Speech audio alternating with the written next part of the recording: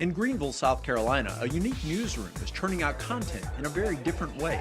But what's disturbing is how easily the hackers got access to so much information. Put the CD in the bloody CD player and go. Who knows, maybe these new members will diversify the selection a little bit from earlier years. Twain and Dr. Seuss use pen names. But, this is just I've been practicing Pilates for over 10 years with my favorite instructors. According to his opponents, and the black giant who can't shoot free So getting throws. tested and practicing safe sex, you could end up being one of those dark red spots on the map. media. Can't believe everything you hear, people. Most of those who work in this environment grew up without a great deal of love for the way news was delivered.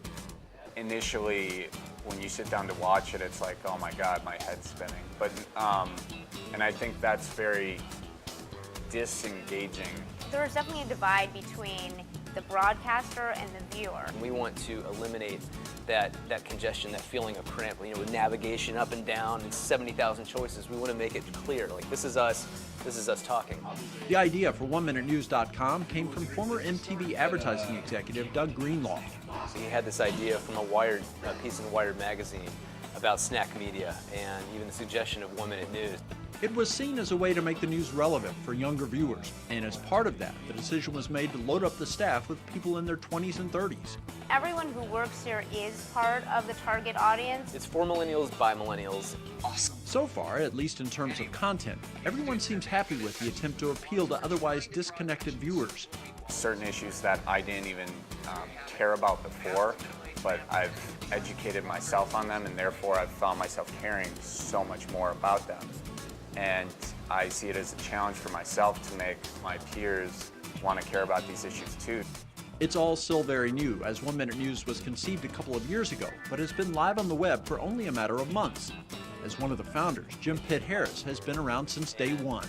It was a lot of hard work, a lot of shooting things back and forth, and conceptualize the site, the design, the experience, and launched on March 1st this year. The product itself has been the biggest challenge. I did think that getting people to come to Greenville, we all collectively thought this is going to be tough. 1 Minute News attracted those individuals from places like New York and Los Angeles with the promise of being involved with something new and different. They were looking for young correspondents who weren't your traditional newscaster and had experience covering entertainment and lifestyle and a bunch of different other topics, and I thought, well, that sounds like me. When I first walked in here, there was an energy, and there still is this energy, that we are doing something that nobody else is doing in the same way we're doing right now. It was a startup, and it was trying something new, and it was on the web, and those three things interest me. Those overseeing the operation had a goal of simplifying the news and not getting trapped by traditional formats, while at the same time being viewed as a credible source.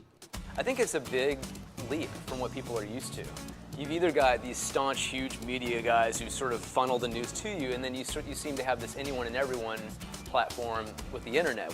On one hand, the correspondents had to adjust to telling stories in a single minute.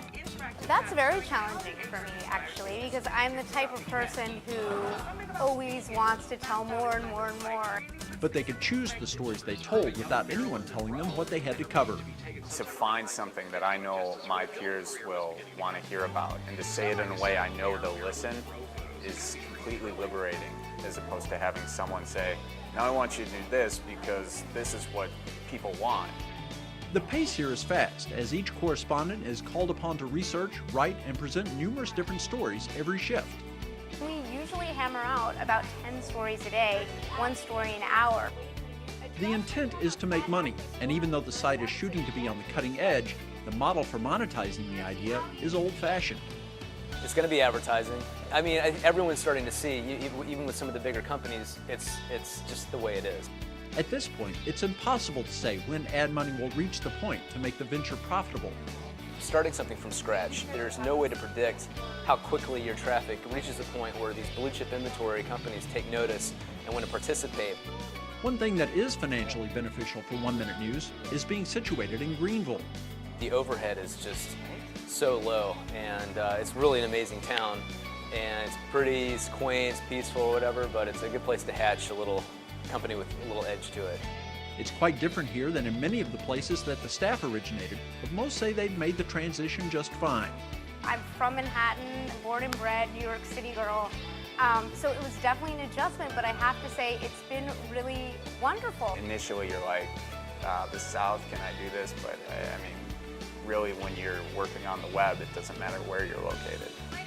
Being a part of a startup like this does have its challenges, but there is a level of excitement as things are happening quickly. I haven't had time really to sit back and soak it up. I mean, sometimes I look around and just think, this is insane. And a feeling of anticipation as the grand plan falls into place. We're just waiting for that one thing to hit, that tipping point. It's really exciting to be involved in something new that's changing the way news is delivered.